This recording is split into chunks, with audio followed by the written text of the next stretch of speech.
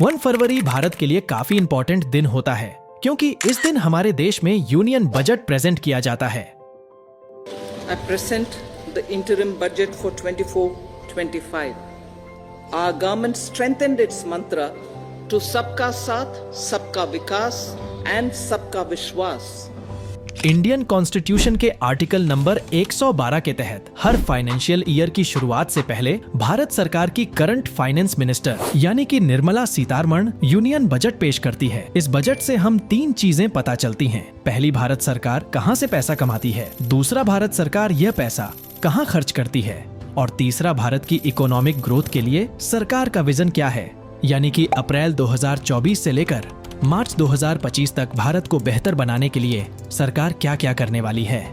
ये बजट इसलिए भी इम्पोर्टेंट था क्योंकि यह बजट मोदी सरकार की दूसरी पारी का आखिरी बजट था, जो कि इस साल के चुनाव में सरकार की किस्मत भी तय कर सकता है।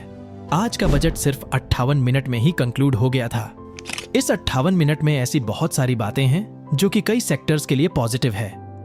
इसीलिए बजट और बजट के टर्म समझना हम सबके लिए इम्पोर्टेंट है, क्योंकि बजट ही डिसाइड करता है कि किस मिनिस्ट्री को कितने पैसे मिलेंगे और वो पैसे कैसे यूज होंगे। वैसे तो बजट देखने में सिर्फ एक नंबर्स गेम लगता है, लेकिन इन नंबर्स के पीछे पूरे देश की फ्यूचर ग्रोथ स्टोरी होती है।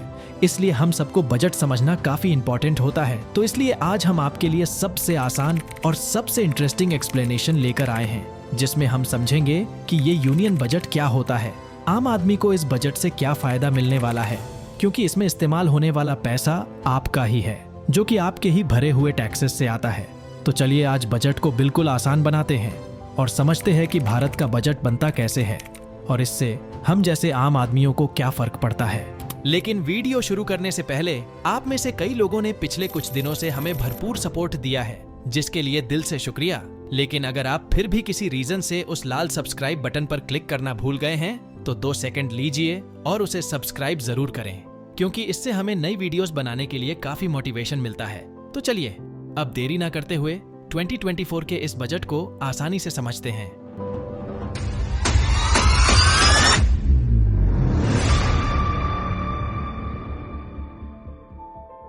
सबसे पहले हम समझते हैं कि यूनियन बजट क्या होता है। तो बजट सिंपली फाइनेंस मिनिस्ट्री द्वारा तैयार किया हुआ एक डॉक्यूमेंट होता है, जिसमें सरकार की इनकम, सरकार का खर्चा और सरकार के फाइनेंशियल गोल्स डिटेल में लिखे हुए होते हैं। चलिए इसको हम एक सिंपल एग्जाम्पल से समझते हैं।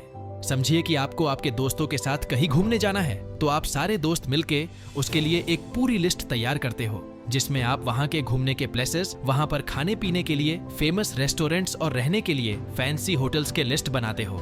इस लिस्ट को तैयार करने के बाद आप देखते हो कि आपका बजट क्या है, यानी कि आप इन सब चीजों के लिए कितने पैसे खर्च कर सकते हो। और यहीं पर आता है इस पूरी ट्रिप का एक इम्पोर्टेंट मोड, जहाँ रियलिटी आपको एक जोर का तमाचा मारती है, क्योंकि तुम पहाड़ तो पूरा खोद देते हो, लेकिन लास्ट में सिर्फ एक छोटी चुहिया ही निकलती है। यानी कि खर्चे तो इतने लिख देते हो, लेकिन जब पैसे की बात आती है तो जेब से सिर्फ एक अंडा ही निकलता है।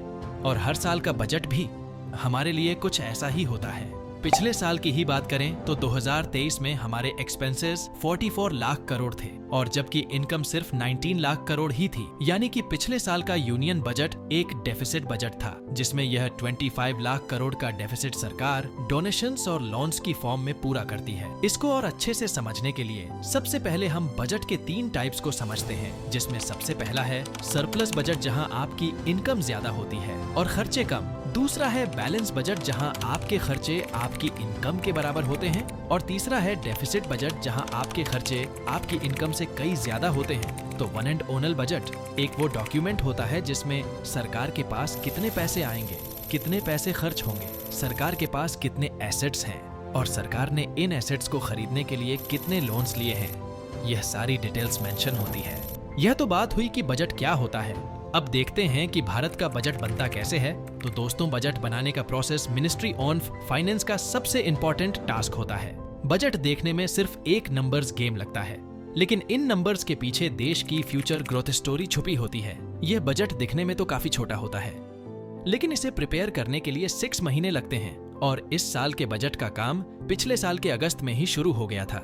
इसमें सबसे पहले फाइनेंस मिनिस्ट्री एक सर्कुलर निकालती है, जिसमें वो सारी मिनिस्ट्री को एक एस्टीमेट देने के लिए कहती है कि आने वाले साल में आपको कितने पैसे की जरूरत है। यह सारी मिनिस्ट्री अपने न्यू प्रोजेक्ट समेत एक एस्टिमेट फाइनेंस मिनिस्ट्री को सबमिट कर देती है। इसके बाद फाइनेंस मिनिस्ट्री भी एक एस्टिमेट निकलती कि हमारी कंट्री की जीडीपी कितना % बढ़ सकती है। फिर इन दोनों ही एस्टिमेट्स को फाइनेंस के टॉप ऑफिसर्स को भेज दिया जाता है, जिसके बाद अप्रूवल मिलते ही बजट बनाने का काम शुरू कर दिया जाता है। इस पूरे प्रोसेस को करने के लिए काफी टाइम लगता है, जिसके बाद फाइनली प्राइम मिनिस्टर और फाइनेंस मिनिस्टर डिस्कस करके एक फाइनल बजट बनाते हैं।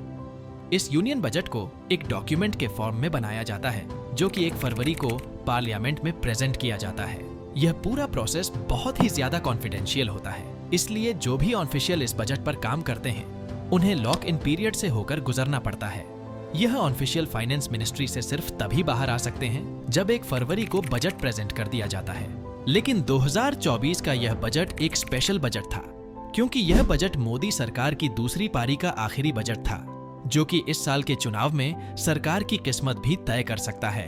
इस साल मार्च से लेकर मई के महीने तक पूरे भारत में जनरल इलेक्शंस होने वाले हैं, जिसमें टोटल 543 सीट्स के लिए वोटिंग होनी है। लेकिन अब कई लोगों के मन में यह सवाल आता है कि अगर चुनाव में सरकार हार जाती है तो फिर इस बजट का क्या होता है। तो आपको बता दें कि इलेक्शन ईयर में जो बजट प्रेजेंट होता है उसे इंटरिम बजट कहते हैं। यह बजट नॉर्मल यूनियन बजट से थोड़ा अलग होता है, जो कि बेसिकली 2 से 4 महीने के टाइम पीरियड के लिए ही होता है। इस बजट में प्रीवियस ईयर के रेवेन्यू और एक्सपेंसेस की सिर्फ एक समरी होती है। साथ ही साथ इस बजट में करंट गवर्नमेंट के सोर्स ऑफ इनकम मेंशन नहीं होते। इंटरिम बजट में करंट गवर्नमेंट के एक्सपेंसेस भी कवर्ड होते हैं, जो कि उनको इलेक्शंस के टाइम और सरकार को रन करने के लिए चाहिए होते हैं। ये इंटरिम बजट काफी इंपॉर्टेंट होता है, क्योंकि इलेक्शंस के टाइम पे करंट गवर्नमेंट इससे सब्सिडीज और फ्री बीज दे सकती है, जो कि उनके इलेक्शन कैंपेन में काफी मदद कर सकता है। लेकिन सुप्रीम कोर्ट ने इस पर कुछ रूल्स एंड रिस्ट्रिक्शंस लगा रखे हैं, जिससे कोई भी गवर्नमेंट इस इंटरिम बजट का एडवांटेज ना ले सके। इसीलिए फाइनेंस मिनिस्टर निर्मला सीतारमण ने पहले ही अनाउंस कर दिया था कि यह बजट प्री इलेक्शन बजट होने वाला है, जिसमें काफी रिस्ट्रिक्शंस होनी है। तो don't expect any spectacular announcements in the budget. अब देखते हैं कि सरकार इस बजट में किस किस चीज पर फोकस करना चाहती है। सबसे पहले सरकार इस बजट में रूफटॉप सोलर पर फोकस कर रही है, जहां 1 करोड़ लोगों के रूफटॉप पर सोलर पैनल्स लगाए जाने हैं। यह इलेक्ट्रिसिटी प्रोड्यूस करने का one of the most environmental friendly method है, जिससे कि बिजली के बिलों से लोगों की जेबों को भी राहत मिलेगी। इसके अलावा मिडिल क्लास लोगों के लिए हाउसिंग प्लान की बात भी की गई है, जिसके अंडर मिडिल क्लास लोग भी अपना खुद का घर खरीद पाएंगे। इसके अलावा रूरल हेल्थ केयर डेवलपमेंट पर भी भारत सरकार का फोकस है, जिसमें आयुष्मान भारत योजना के तहत आंगनवाड़ी वर्कर्स और हेल्पर्स को हेल्थ कवर मिलेगा। इसके अलावा सरकार प्रधानमंत्री मत्स्य योजना के अंडर भी भारत के सी फूड एक्सपर्ट को डबल करने का प्लान कर रही है, जिसके अंडर 5 लाख लोगों को रोजगार मिलेगा। इसके अलावा सरकार डोमेस्टिक टूरिज्म पर भी फोकस कर रही है, जिसमें सबसे मेन है लक्षद्वीप आइलैंड, जो कि पिछले महीने बड़ी सुर्खियों में रहा था। आप हमारी लक्षद्वीप कंट्रोवर्सी की यह वीडियो भी देख सकते हो, जिसमें हमने इस पूरी कंट्रोवर्सी को आसान भाषा में एक्सप्लेन किया है। करेंटली इस बजट को लेके काफी मीम्स भी सोशल मीडिया पर वायरल हो रहे हैं, क्योंकि यह बजट पॉलिटिक्स के नजरिए से तो बुरा है, लेकिन इंडियन इकोनॉमी के लिए काफी अच्छा है। इसीलिए बजट समझना हमारे लिए एक इम्पोर्टेंट सब्जेक्ट था, क्योंकि इससे हमें समझ आता है कि जो हम टैक्स भरते हैं उसके पैसे कहां और कैसे खर्च होते हैं। उम्मीद करता हूं कि यह वीडियो आपको इन्फॉर्मेटिव लगी हो। अगर आपको इस वीडियो से कुछ वैल्यू मिली, कुछ नया सीखने को मिला, तो इस वीडियो को शेयर जरूर करें। भारत इसीलिए एक डेमोक्रेटिक कंट्री कहलाता है, क्योंकि आप और मुझ जैसे आम लोग बजट जैसी चीजों पर खास अटेंशन देते हैं। और हाँ, हम भारतीयों को बजट से फर्क पड़ता है। दोस्तों, आपको यह जानकारी कैसी लगी हमें कमेंट में जरूर बताएं और चैनल को सब्सक्राइब करना मत भूलना। धन्यवाद।